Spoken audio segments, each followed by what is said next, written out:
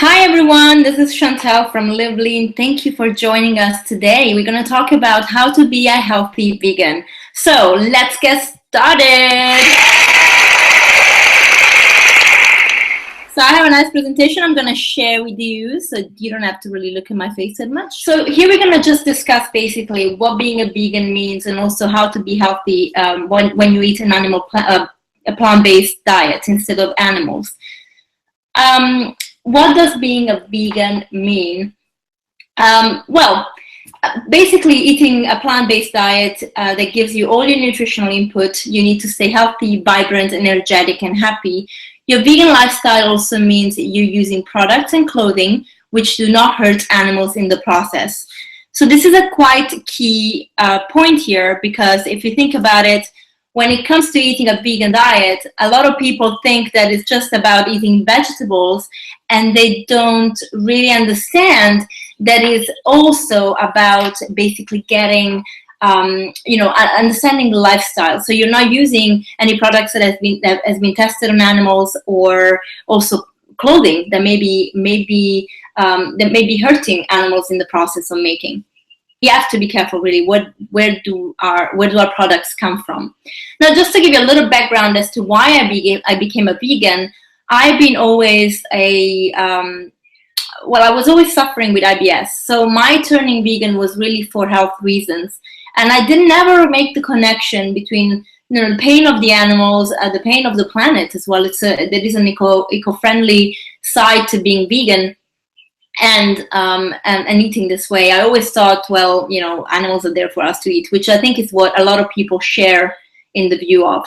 But I was in pain with IBS. I could not control it anymore. My afternoons were spent in pain with my stomach basically looking like a pregnant woman, and I was just not in control. I couldn't understand what was going on.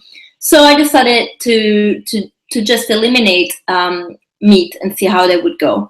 I also did it obviously in conjunction with my studies at IIN, the Institute for Integrative Nutrition, where I qualified as a health coach. And I think a lot of the views from the speakers and the lecturers was really opening my mind to this new lifestyle, and I decided to just explore it. Why not? So I decided to, I basically cut out all meat, but it was November when I did it in 2013, and I was going to Thanksgiving to New York with Kyle and my partner, and his mother makes this amazing turkey, right? And I had it the year before, and I was in love with it, and I thought, oh my gosh, no, I'm not. I'm just gonna have to have a little bit of it at least. So that was my one exception, and I'm glad I did it because it really made me realize something. So we went to New York Thanksgiving Day, and I tried the turkey, and it did not taste good at all. My palate had changed so much that the taste that I thought I loved so much went away. It was just really not something I enjoyed at all, and I decided, okay, that's it, no more animal products at all, no more meat in any case. I was still having a little bit of dairy, which I found out doesn't work for me at all. And 4 months later, we were going to India, and I decided that in India it would be really easy and convenient to be on a vegan diet. So in India, I was on this very plant-based diet, and I absolutely had no issue with my stomach whatsoever. IBS went away. When I returned to England, I decided, hey, this is perfect for me. I'm just going to be a vegan. This is great. I have the advantage that I kind of know what to eat and how to eat healthy, so it wasn't a difficult transition at all. But I started asking myself, why am I vegan? Is it only for health? And as I learned more about what happens to the animals, even in the dairy industry, what happens to the animals and how milk and cheese is made, it's just it's frightening. And I just thought, well, I'm actually not just vegan for my health. I'm also vegan because it's conscious to be vegan. And this is the one point. We need to be conscious. Whatever diet we are following, being a conscious person means we care about where we're sourcing whatever we're putting into our life, into our body, and also how it affects other living beings around us. So let's get started. Common non-vegan comments. Are vegans from Planet Vegas? I had to put this question in there because sometimes I feel that when you're talking to people that eat meat and you tell them you're vegan, they look at you like you are from another planet. So no, ladies and gentlemen, we are not from planet Vegas at all. We are from Earth. We just decide to really live a life of plant-based lifestyle, enjoying everything that nature has to offer us. And that's actually really what we need to treasure, that we have those things offered to us. What do vegans eat?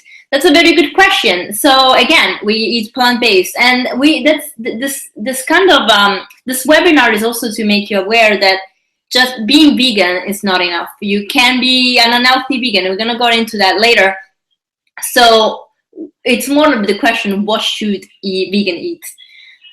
Where do you get your protein? I wish someone paid me £1 for every time I get this question. I would be rich. I get protein, we get protein from a lot of stuff, from pulses, from even the vegetable themselves.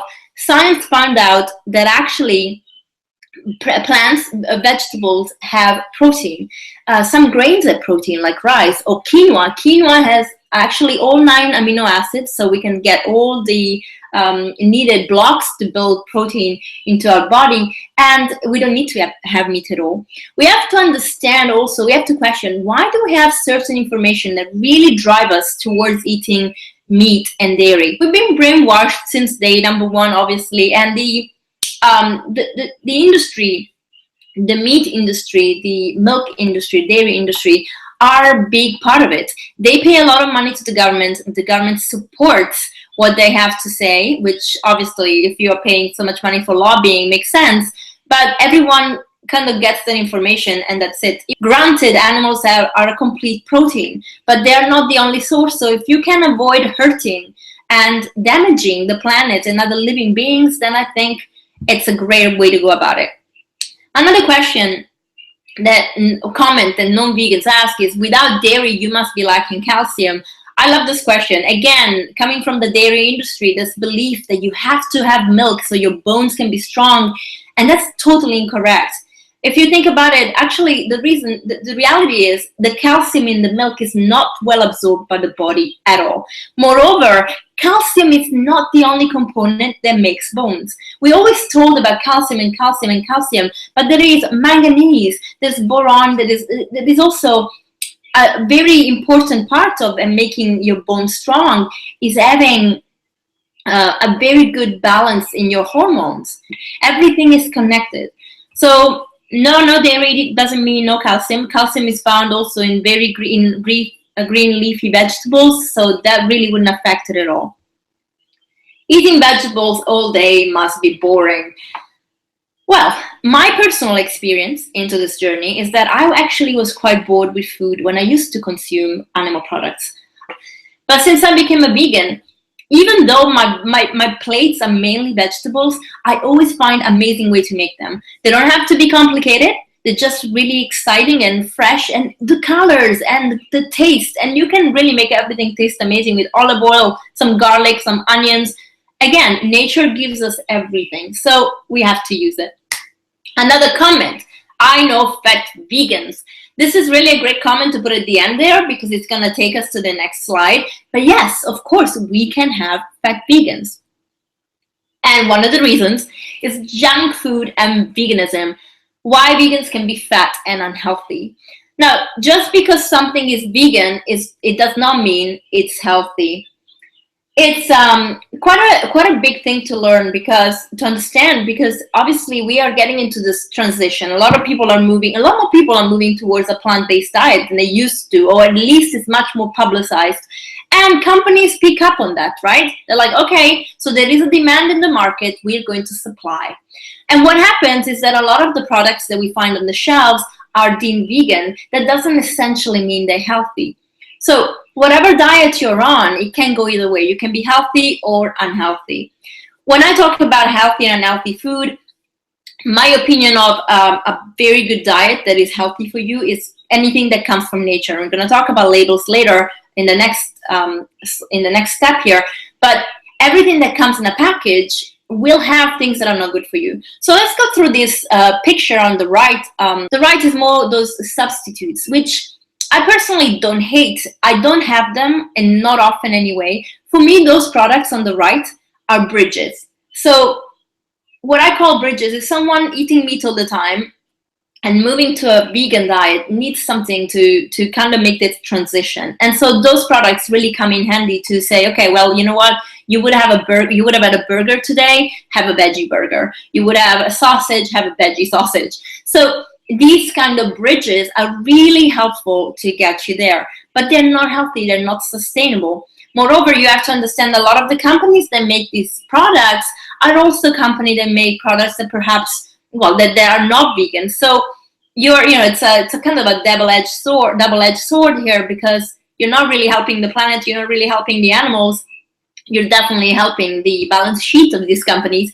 But in any case, those are great bridges, to get you started. On the left, we have the junk food, and you can see Oreos there. Oreos are vegan. I just really learned that not long ago, and I was quite surprised, but they are. Yet, anything in this picture is full of trans fat, is full of sugar, it's full of stuff that honestly I wouldn't even touch with a 2 meters pole. So just leave it on the shelf. Now, the third point is read labels and understand nutrients to get it right. And remember, less labels, more real food. So if you go into a supermarket or even the farmer's market, when you approach the stall, you approach the fresh produce aisle, you will see that you will not have labels. If you pick up an apple, you don't have a label saying ingredients, apple. The apple is the ingredient. So this is the thing. When you are eating natural foods, you don't need labels, because what you're seeing is what you're getting. When you are going into this domain of pre-packaged foods and prepared and fast and whatever, you're getting a lot of in extras that you don't need. So in those foods on the right and left, you would have, extra sugar to make it tasty, some extra fats, not essentially the best fats. The producers of these food would go for the cheapest. So of course you're gonna get things that taste good, but not very good for your body. So you can tell that there's a problem here, right? There is this disconnect. If there is a label, of course, it's not going to work. But I mean, not all labels are bad. If you buy nuts in a pack, of course they come with a label, but you know they're nuts. You know what's in there. You can check to make sure that maybe there's no added salt and no added sugar, but you are getting what you're buying. So my rule about this is, if you have more than 5 ingredients and you do not understand some of the ingredients, don't eat it. If you can't read it, don't eat it. That's one of the best tips I can give you. All right, next slide. Stick to real food. Here I could have gone on about saying, hey, what you shouldn't eat, but I actually thought it would be very helpful to tell you more or less what you should be having. So when you're doing your shopping, whether it's online, whether it's in the store or at the market, just ask yourself, what percentage of your food is fresh? And with that, back to the labels, you need to understand that the more fresh you have into your basket, the more color, the more life, then the more health. So it's really, really important to stick to these concepts, because they really make a difference to your body.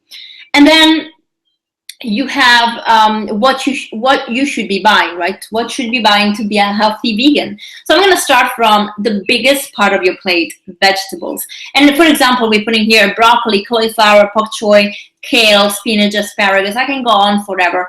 Everything that is colorful and vibrant, everything that brings you energy. I am not a fan of, when it comes to starchy vegetables such as potatoes or sweet potatoes, those kind of vegetables, I'm just really wary about, because they're quite starchy, so you want to be careful with them. But the leafy greens, the more colorful one, like peppers, enjoy them, love them. They're so amazing, and you can just really have loads of them. And this should make the biggest part of your plate. In the fruits, we have so much. We have bananas, berries, apples, pears, avocados, tomatoes, pineapple, mangoes. We have so much that we can have, and I can go on forever, cherries, whatever. There is so much. And yet we seem to, when we want a snack, we seem to be drawn to the candy bar rather than a piece of fruit, when we can have a piece of fruit. And that is such better snack, right? It's natural. Your body knows what to do with it. And we'll talk about what that means later. Nuts and seeds, great source of proteins, great sources of health fats. And amazing, and they're just really they're much cheaper than meat and cheese, if you want to know. So almonds, pecan, walnuts, flax seeds, pumpkin seeds, chia seeds, which I find amazing because you can do so much with them, including cooking. Cashew nuts. And in this, I include the alternative milks because I said no dairy. So what do you have if you would like your oats with milk? There are so many milks. In this, I can say with the milk we also have milks that are grain based. So you can have rice or quinoa or oat milk. But in the nuts domain, we have so much. We have hemp, we have almond milk, we have hazelnut milk, we have so much. Cashew milk now, and it's amazing, by the way. If you haven't tried it, go to the store and buy it. It's really, really good. So those are very good alternatives. Pulses. So when I talk about pulses, everything that comes in a pod, it's a great source of protein as well. Peanuts, peas, beans, chickpeas, lentils, broad beans, soybeans. It comes, and I'm talking about edamame. It comes with an asterisk here. Do not consume too much. Actually, this reminds me to tell you, when it comes to alternative milks, I personally stay away from soy milk, and I think most people should. I had some clients coming to me with skin issues, and when we looked through their food diary, a lot of the things that were coming up was, the thing that was coming up a lot was the soy milk, because obviously they wanted to have coffee and lattes. And I just thought, take that out. Let me see. And when they took it out, their skin cleared. So that, I think, with the thing with soy milk, is really processed. It's really, it's hard to make. So why would you go through something that is really not good for you? Also, one thing is if you're having edamame twice a week or once a week, or even soy, tofu once a week, and one thing is having soy every day. I don't think it's a food that you want to overdo with. Grains, brown rice, quinoa, amaranth, those are gluten-free, and I prefer them to others that have gluten, not only because they are better for you, it's just easier to digest, but also, gluten, some people are very sensitive to gluten, they don't even know it, but they are, and others may be celiac, so no touching it at all. But also, you want to, it's better to give a break to the digestive system sometimes with everything that we're already consuming. So if you have to make a choice, I would just go for things that are gluten-free.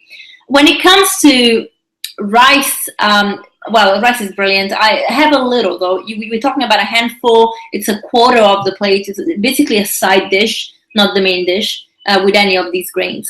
Quinoa, I said before, it's full protein. It's got all of the 9 amino acids we need to build the protein blocks.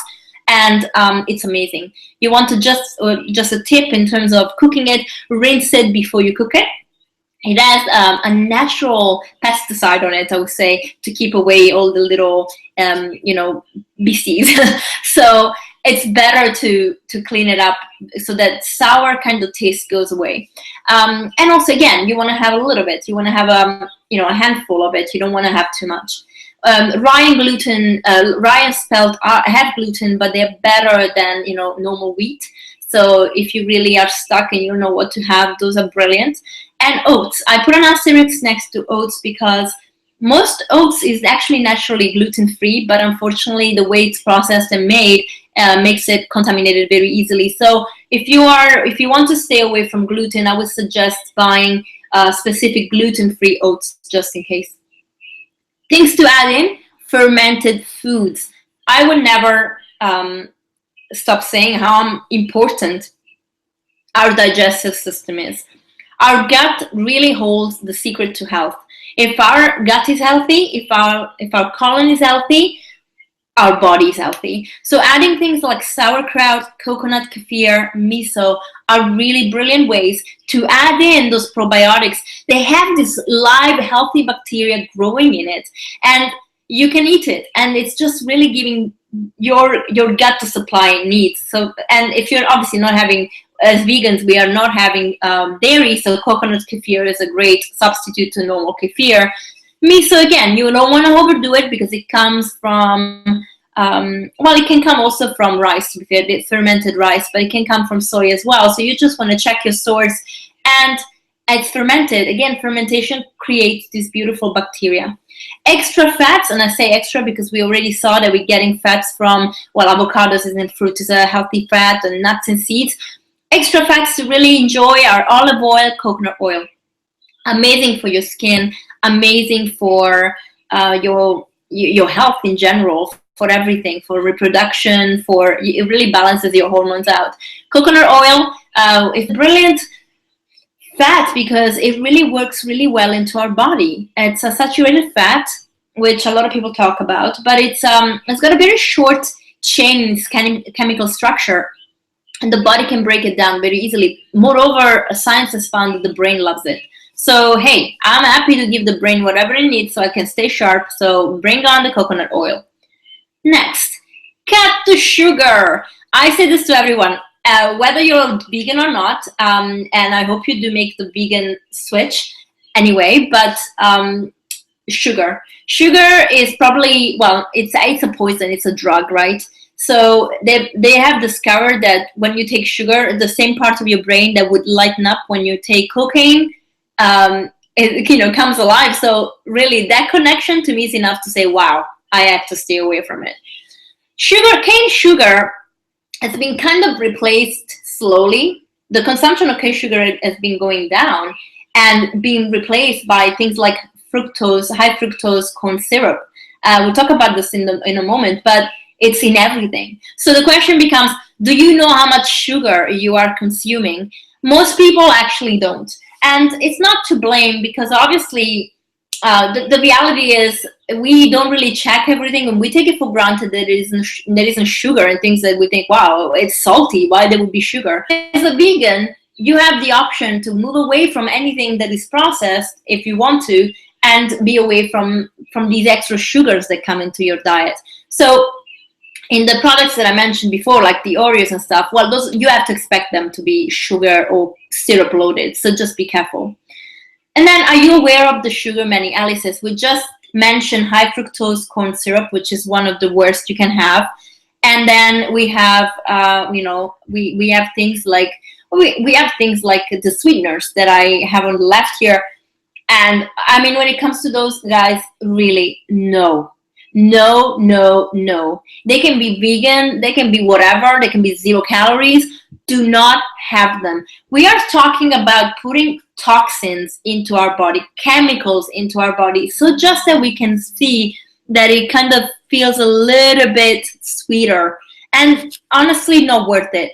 Moreover, with these sweeteners, there has been a link between them and dementia and Alzheimer's, because the brain attracts a lot of toxins. Fat is again, everything goes to fat, and I mean the brain is fat, so everything goes there and it causes havoc. So we just need to really be careful about how we're eating these things.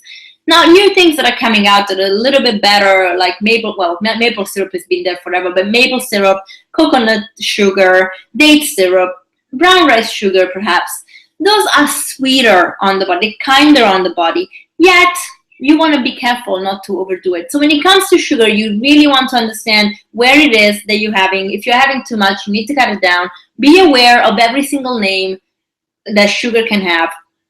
And if you start craving sugar, then you know that maybe there's something we need to do about it. A little point here about craving sugar. Cravings can also happen if we have a lot of starches, because obviously starches in our body become sugar very quickly, glucose, and the body loves that. And we just want to make sure that we're really keeping them at bay. Otherwise, the cravings will come and come and come. So understand your body, understand where you're coming from. So as a vegan, you really don't have to overcompensate, for not eating meat with other things that are calorific. This is really not about calories. In fact, calories don't mean anything. Now, 4, we are connecting to the sugar again, but just say no. It's about the drinks here. It's about the bottled juices, about the Coca-Cola. Those things are all vegan, but they're all junk, so say no. And think, how much water are you drinking? Are you drinking enough water? That should be the base of your life. That should be where you're getting your hydration from. And sometimes you feel hungry and you might really be tempted to eat, when in fact your body's telling you you're dehydrated and you need to drink. So those are things we really need to keep kind of you have to check in with. It's really a fascinating thing to do.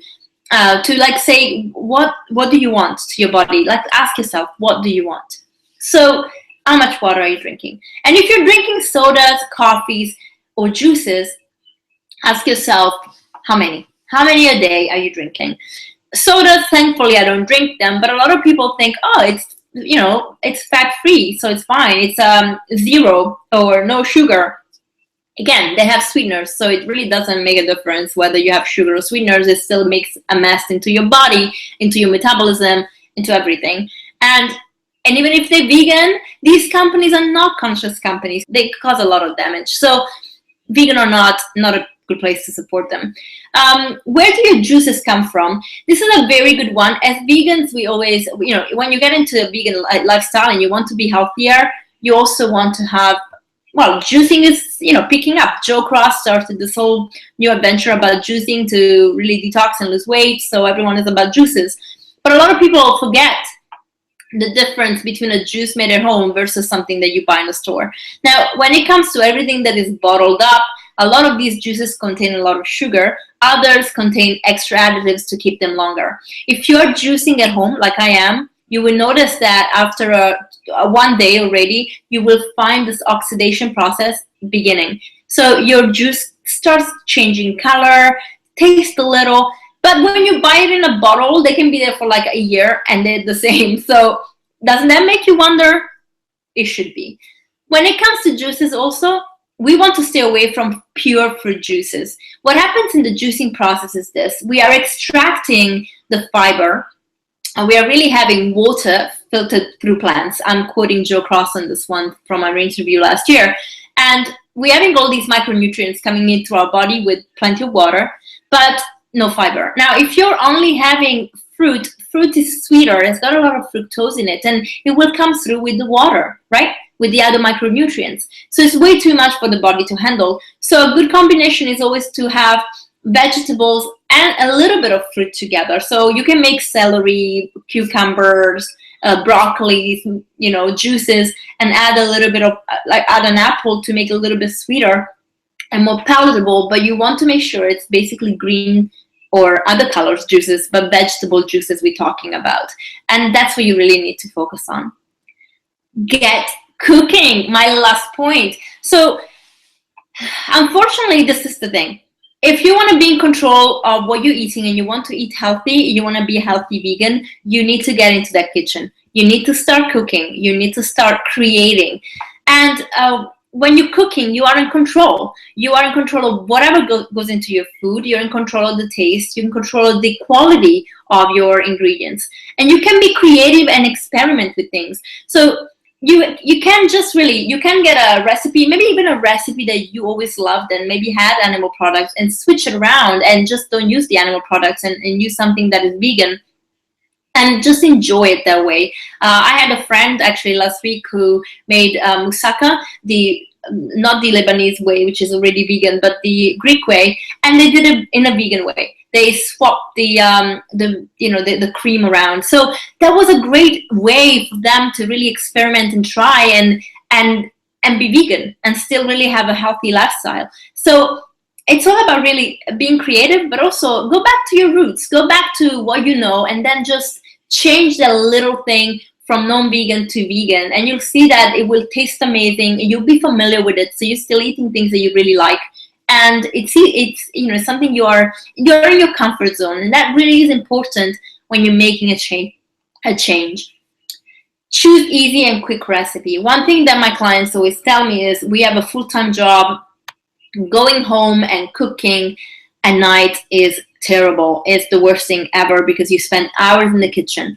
That can be absolutely true if you're getting really complex, but at the same time, you can get really easy and quick recipes if you want to, and you can really be proactively creating amazing recipes that way. So you want to, if you go onto my website, actually, I have plenty of recipes from breakfast to dessert with, mains in the middle. And you have they are really simple. I love cooking, but I hate spending hours in the kitchen. So that's a perfect example for you. The bonus when you cook is that you save money. Obviously, when you go out, it's nice. And if you're in big cities like London, New York, Los Angeles, you're lucky because we are really spoiled with new vegan restaurants coming up that can offer an array of choices and options that are really beautiful. But if you are in smaller places, that becomes tougher. So you can get away with having a funky salad, talking maybe to the chef and see if he can make something amazing for you. But the issue remains, you're not in control, and also it gets expensive, and probably you give them a headache. And if they're not very nice, they could put something in your food that shouldn't be there. I'm gonna leave it at that. So how can Live Lean help you? As a coach, I can really say coaching is the kind of holistic support system we all need when it comes with nutrition, lifestyle, and yoga. And this is what Live Lean does. When people want to switch to a more holistic lifestyle, I always say holistic lifestyle does kind of include a plant-based diet, because the moment you're not absorbing that painful energy, and not just saying you're getting this energy from these poor animals, all you want to do is really make sure that you are you're familiar with you want everything to be in balance, everything to be in harmony with each other. So I can help you get in there. I can help you switch to a healthy plant-based diet, support you in your change, support into your transition, but also help you find what your nutritional needs are, your lifestyle needs are. So cutting off stress, being more active, and with yoga, really bringing all of this together.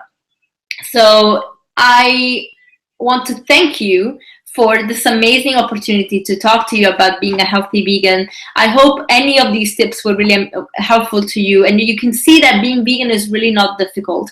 And to help you a little bit, I have obviously books on Amazon that are available. The Live Lean Health Plan is there. The detox plan also on Amazon. The Live Lean Health Plan is not actually vegan, but it gets you into this nutritional value understanding of life. So I wrote it before I became a vegan. So but I don't actually give recipes. So it's just talking about the food industry in general. So animals are discussed in there.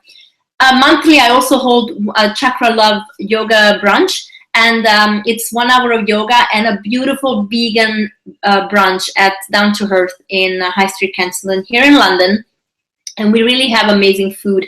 And I wanted to do this because I think that people are connecting the feeling well, eating well, and just really understanding that kindness that comes from plants, and really how amazing that food can be. So not boring at all. And last but not least, I have the most amazing retreats coming up. It's the Magical Desert Retreat in Morocco, Marrakesh, and it's going to be in a beautiful luxury villa, offering you yoga every day, but also amazing vegan food 3 times a day. And it's just really to get you connected. The opportunity here is also to be in the kitchen with me and the chef, and really prepare the food yourself and understanding. Moreover, you will be getting recipes that you can try at home and really feel and make this change really, really easy. So, are we ready for Q&A? I have a question that came through. So, can you clarify what protein can I have? Good question. So, and I think for a lot of people that are actually really changing, having these, having protein becomes an important thing, because you want to make sure that you are strong and you're building your muscle, especially if you're training.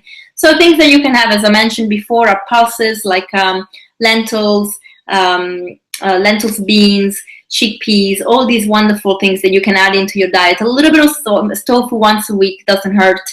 Seaweed. Sea vegetables are amazing source of proteins, so have those. Enjoy it. Really, really makes a difference, and they give a lot of energy, so they're great.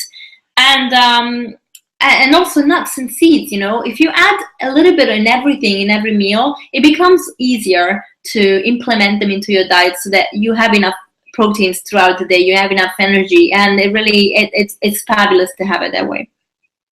Okay, another question. Let's see. Is it important to eat organic? Oh, that's a very good question. Now, I didn't actually touch the organic side into the presentation, but well, Organic, so with organic you can be flexible. As we know, organic food can be a little more expensive than non-organic. But and so I wouldn't say you have to have everything organic. You can be quite, you can find what foods you should have organic. There is a website and you can check online, and it's different in every country. That's why I'm not going to go into details, but it's called the Clean 15 and Dirty Dozen. So Clean 15 means that those are the vegetables that haven't been heavily sprayed with pesticides, and you can have them without being organic. For example, avocados. I mean, there is nothing that will get through this avocado shelf. So why pay £2 for one avocado when you can pay £1 in England anyway? The others on the Dirty Dozen, those are the 12 most sprayed vegetables. So we are talking about salads. All the leafy stuff actually gets quite heavily sprayed. Peppers, all these kind of things. Blueberries. And let me see, I have another question coming through. So you can just work it out. But also, I mean, if you have the financial luck to afford everything organic, this is what I would go for. But not just in the store. Try and go to the farmer's market. Try and get things from them. So the question we have is, when you switch to being a vegan, are you prone to being more tired? Or maybe at first your body gets used to it? That's a good question. When you switch to being a vegan, you have to understand what kind of foods you have to input into your body so you're getting everything you need. So you have to make sure you have enough iron to your body. You have to make sure you have enough of everything, enough of the micronutrients as well as the macronutrients. So you want to make sure that it's balanced. It could be that you're a little bit tired initially because obviously you're taking away a whole food group, right? You're taking away all these animal products that come with a lot of energy, and you have to sort of substitute with vegetables and finding out what ratio you have to insert into your diet so you don't feel so tired. I do truly believe that we have this concept of bio-individuality, so everyone's needs a little bit different, but you can work it out. You can see what you need. A lot of times it's because we're deficient in something already, and taking maybe away, say someone can have a little bit of deficiency in iron, taking away red meat could actually make that a little bit worse, which means you can feel a little bit more tired. And adding in food that are rich in iron, such as green leafy vegetables, or even like spirulina, it's amazing for iron, and it's also brilliant source of protein, the most amazing, and it makes a difference. So you can do that. You can add these things, and it really it helps out. It helps to get there. It helps you to get stronger, and with time you can see that your energy levels will go up. So it's always a change. It's like the same when you're cutting out grains from your diet. These grains give you such a boost, such an energy, and then you cutting them out. So your sugar levels are stabilizing, and you can feel a little bit tired until you're adjusting again. So yes, it can happen. Let's see if we have any other question here. Okay, last question I'm taking in. Sorry, guys. I've switched to being a vegan. However, I'm not a chef, and I'm struggling with not being able to indulge in cakes. Great. I'm actually coming out with a new book. Thank you, Makeda, because this is actually really good promotion for my next book. My next book is called Innocently Sweet, and it's written with this amazing raw chef, vegan chef from Australia, Melissa Jane. She creates these amazing desserts. Our recipes are going to be really, really nourishing and really powerful in taste, and you will see that they will be just great way to implement into your diet. With everything, when it comes to sugar, as I mentioned in the presentation, even raw desserts have a little bit of sweeteners in there. You want to be careful. So even if they're more nourishing than the junk that you will buy anywhere, or those heavily processed desserts, you need to be able to say, okay, I'm having a little bit, it's a treat, but most of your diet doesn't really depend on that. So that's the trick. But stay tuned, our book is coming out. I have some amazing recipes, again, on my website, livelyinhealth.com, some very beautiful raw desserts that you don't need to be a chef for. When it comes to cooking, forget about being a chef. Get in the kitchen, experiment with things. Don't have to be super creative. Go back to what you know. As I said before, find a recipe you're familiar with and happy with, and then just transform it. Change the animal products for plant-based magic. All right, guys. Now I'm really gonna go. So I'll see you later. Thank you so much. Namaste.